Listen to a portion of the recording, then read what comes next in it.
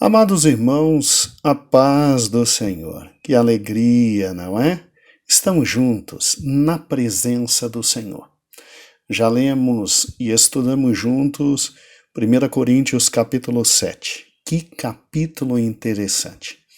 E é óbvio que uma série de indagações estão pulando na cabeça de cada um dos irmãos. Vamos hoje então trabalhar com 1 Coríntios capítulo 8? Não. Nós vamos ter esta manhã, ou nesta tarde, ou nesta noite, não sei que horário você está me escutando, um estudo extra especialmente feito para que você compreenda um dos maiores problemas que temos no Novo Testamento. E que problema é esse? O querido e amado apóstolo Paulo. Sério, pastor? Sério? Sim, é óbvio. Você se lembra, meu amado irmão, que ontem, ao ler 1 Coríntios, capítulo 7, Paulo dizia exatamente assim: digo eu, não o Senhor. O conselho é meu, não do Senhor. O Senhor disse isso. Eu estou trazendo isso, isso e isso. E aí uma grande questão que se levanta no meio do povo de Deus. Pastor, o apóstolo Paulo, será que simplesmente não errou ao possibilitar uma outra forma de divórcio, da qual o próprio Senhor e Salvador Jesus Cristo não falou? Porque Jesus falou estritamente do divórcio relacionado ao adultério. O apóstolo Paulo, ele fala que também é possível o divórcio se um crente casado com uma descrente ou se uma crente casada com um descrente tiver aquele momento na vida horrível em que o marido e a mulher descrentes olharem e simplesmente disserem: ou eu ou esse tal de Cristo. Os dois não tem como. Ou você fica comigo ou você fica com esse Cristo. E aí este descrente se afastar. Paulo permite, nesse caso, que haja o divórcio. Mas Jesus não falou sobre isso. Como é que a gente fica? Fica com Cristo, dizendo que o divórcio é só naquele caso, ou fica com o apóstolo Paulo, dizendo que o divórcio também é possível neste caso? Amados irmãos, vede que esta é uma das questões mais delicadas do Novo Testamento. E nós vamos enfrentar hoje com o auxílio do amado Espírito Santo. Que Deus nos abençoe. Que Deus nos abençoe. Em primeiro lugar, a questão então trata sobre o quê? A questão trata do fato de Paulo tinha autoridade apostólica.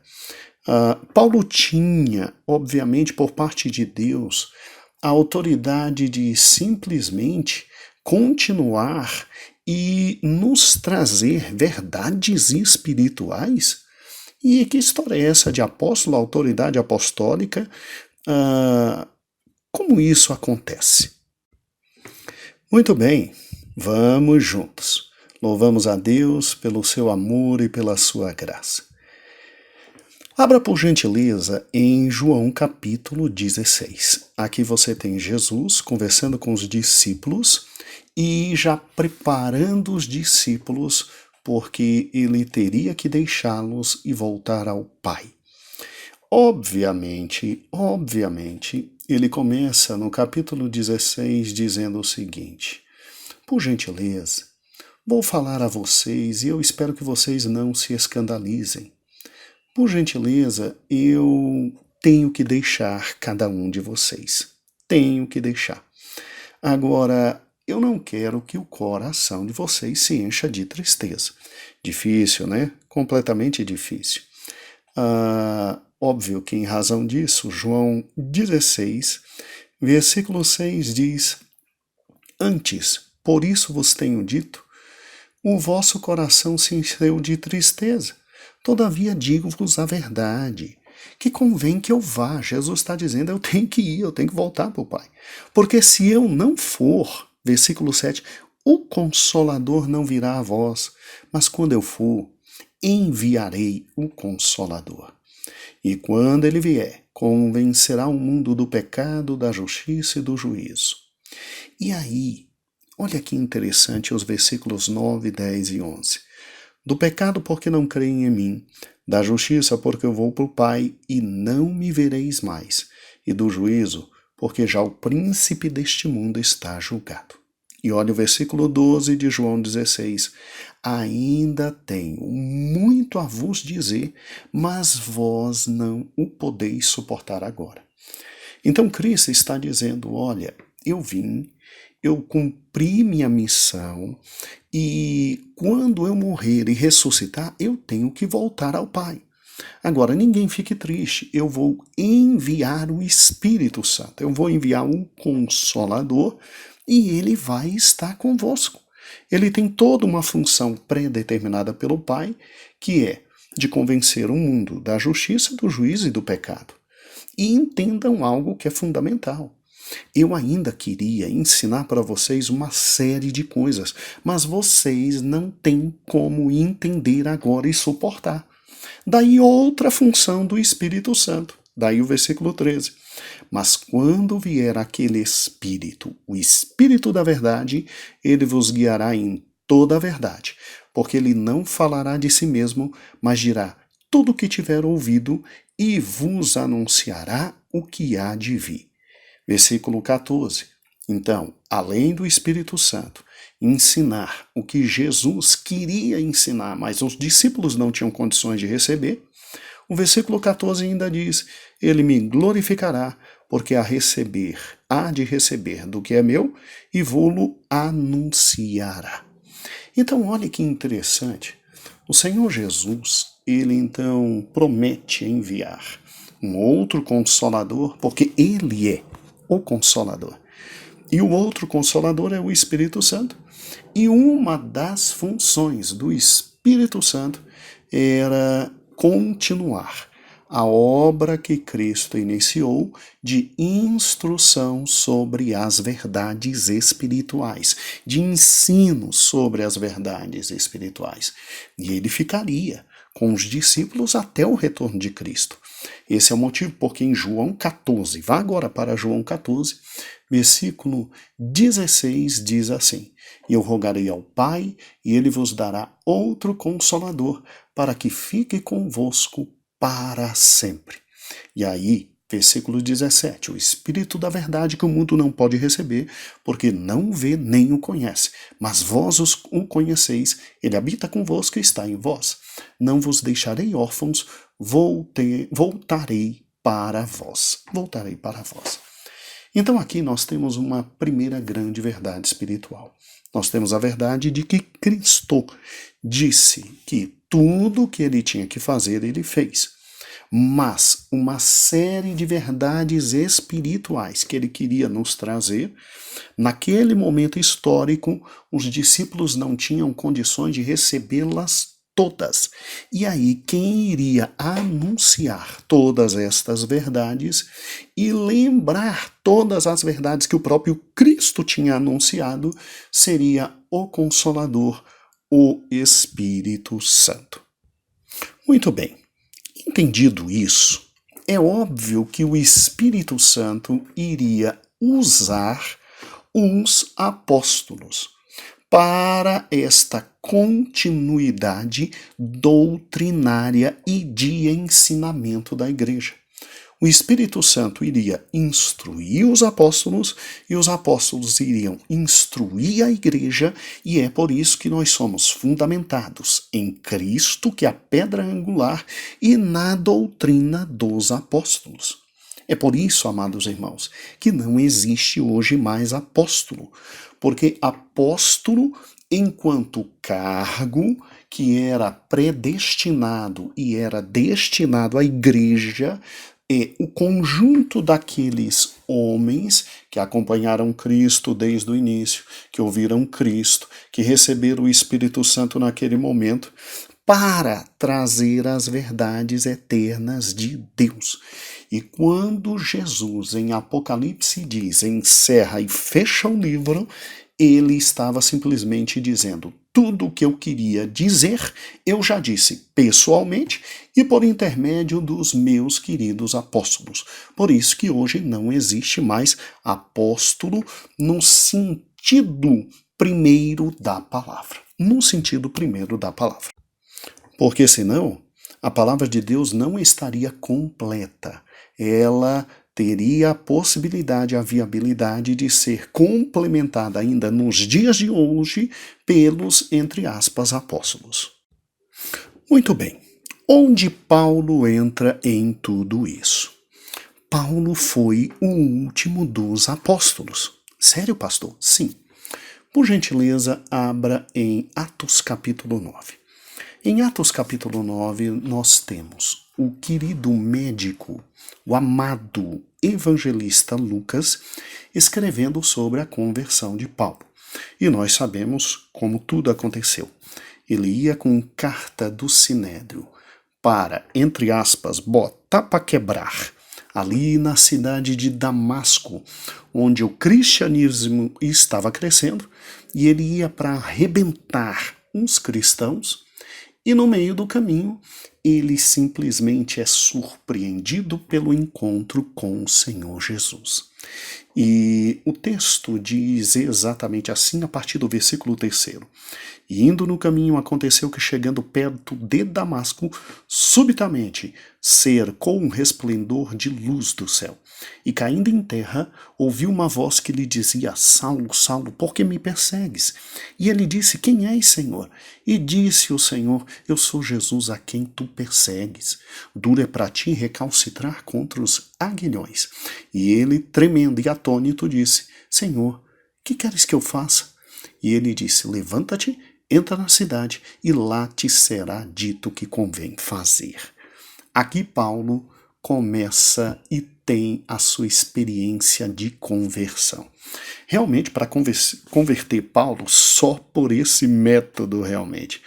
Ele tinha que simplesmente cair, ele tinha que ficar atônito, ele tinha que ficar cego, mas há algo interessante. O versículo 6 mostra que a partir desse momento, Paulo teve um encontro pessoal com Jesus Cristo que ele disse, por que me persegues?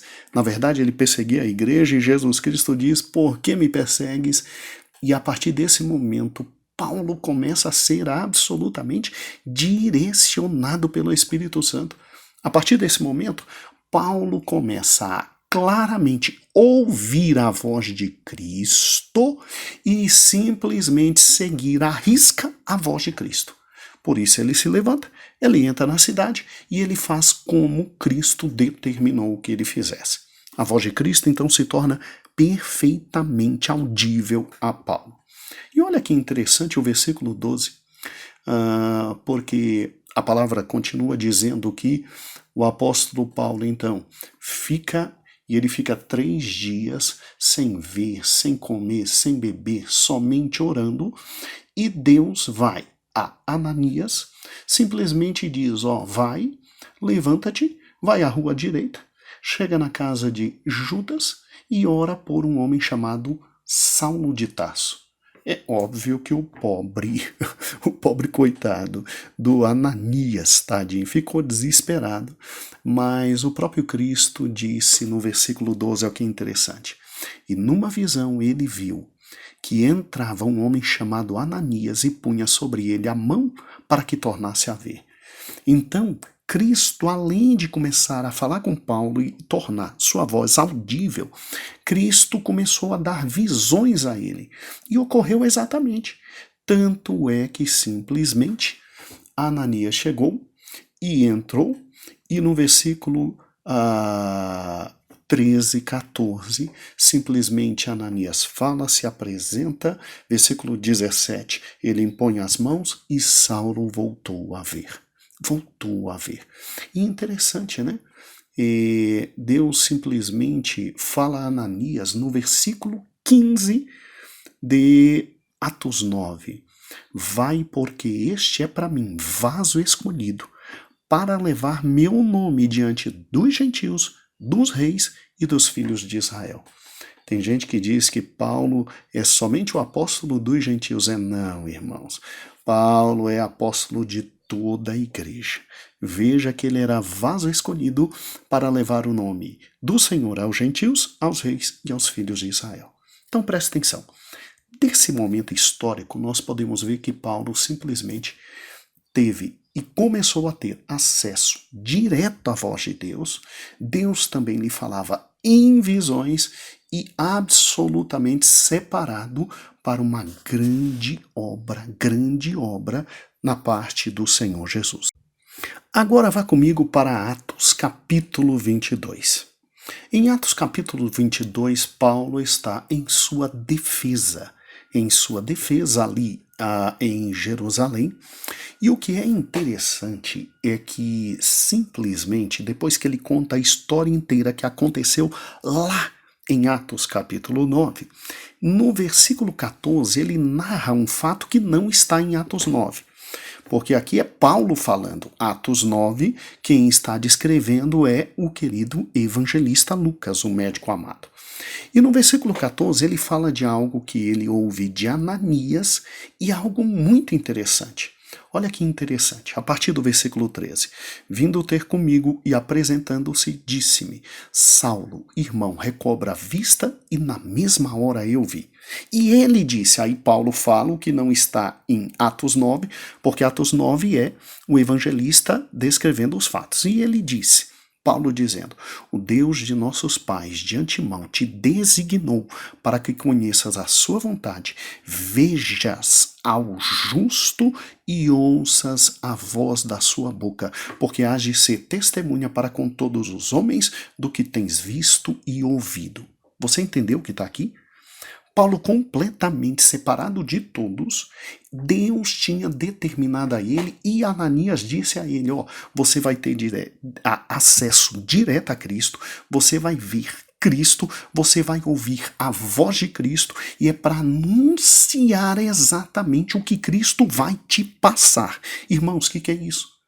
Irmãos, o que é isso? É a qualificação de Paulo para ser apóstolo. Assim como todos os outros apóstolos seriam influenciados pelo Espírito simplesmente a escrever e continuar a divulgar a palavra de Deus, Paulo seria um dos raros e únicos a ter acesso direto a Cristo, e que Cristo ia falar direto com ele, dizendo: meu amigo, pega aí o tablet e começa a anotar o que eu vou te ensinar, e é para passar para a igreja. Você entendeu?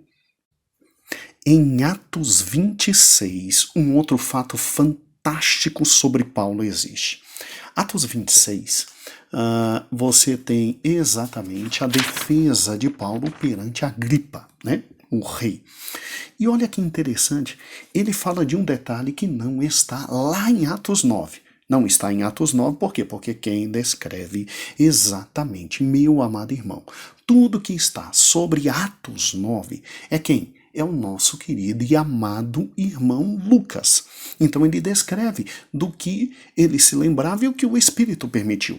Agora, há uma conversa de Cristo com Paulo que aqui está registrado, lá referente a Atos 9. Olha que interessante. Raciocine comigo, vamos juntos, bem devagar aqui. Atos 26, versículo 16. Obviamente vou pegar do 15 para ajudar. E disse eu: quem és, Senhor? E ele respondeu: eu sou Jesus a quem tu persegues. Ou seja, depois que ele ouviu a voz duro epati, recalcitrar, depois que ele tinha caído, aí ele pergunta: quem és? E ele disse: eu sou Jesus a quem tu persegues. Agora o versículo 16, que fantástico, irmãos. Mas levanta-te e põe-te sobre os teus pés, porque te apareci para isso, para te pôr por ministro e testemunha, tanto das coisas que tem visto, como daquelas pelas quais te aparecerei ainda. Ou seja, Jesus disse para ele no dia do encontro: olha, presta atenção, você está me perseguindo? Pois é, De perseguidor eu vou te transformar em meu discípulo, em meu apóstolo, em meu ministro, e você vai falar das coisas que tem visto, tanto hoje, como daquelas que ainda vais ver, porque eu vou te aparecer, eu vou aparecer pessoalmente para você, eu vou conversar diretamente com você, eu vou falar diretamente com você, e você, por gentileza, trazendo para os dias atuais, pegue o tablet, anote tudo aí no tablet e depois mande a todos, entre aspas, via WhatsApp, de preferência, que fica mais rápido. Então, meus amados irmãos, veja quem foi Paulo. Paulo foi alguém que teve um chamado diferente. Chamado diferente. Ele foi chamado por Cristo para receber revelações diretamente de Cristo e para que essas revelações fossem entregues a nós. E ele seria ministro não só dos judeus, mas ministro também dos gentios, ministro de toda a igreja. Preste atenção. Eu quero que você releia esses textos. Eu quero que você pense nesses fatos. E amanhã nós teremos o segundo áudio especial sobre Paulo, e aí poderemos falar sobre a autoridade apostólica de Paulo e exatamente tudo aquilo que ele fala, e que nós temos que entender que foi dado por Deus, e aquilo que ele fala e é opinião dele, não vinda da parte de Deus, e como se posicionar diante de Paulo. Mas antes de mais nada, você precisa gravar exatamente tudo o que te falei. Paulo foi chamado por Deus, separado por Deus, para ouvir diretamente fatos que o Senhor Jesus ia lhe passar, e ele tem, por parte de Cristo, autoridade para transmitir estes fatos à igreja.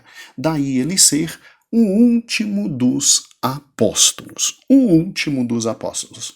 Porque a igreja de Cristo está fundamentada em Cristo e na doutrina dos apóstolos. Amanhã um segundo áudio especial e depois voltamos com 1 Coríntios. Um grande abraço. Deus te abençoe.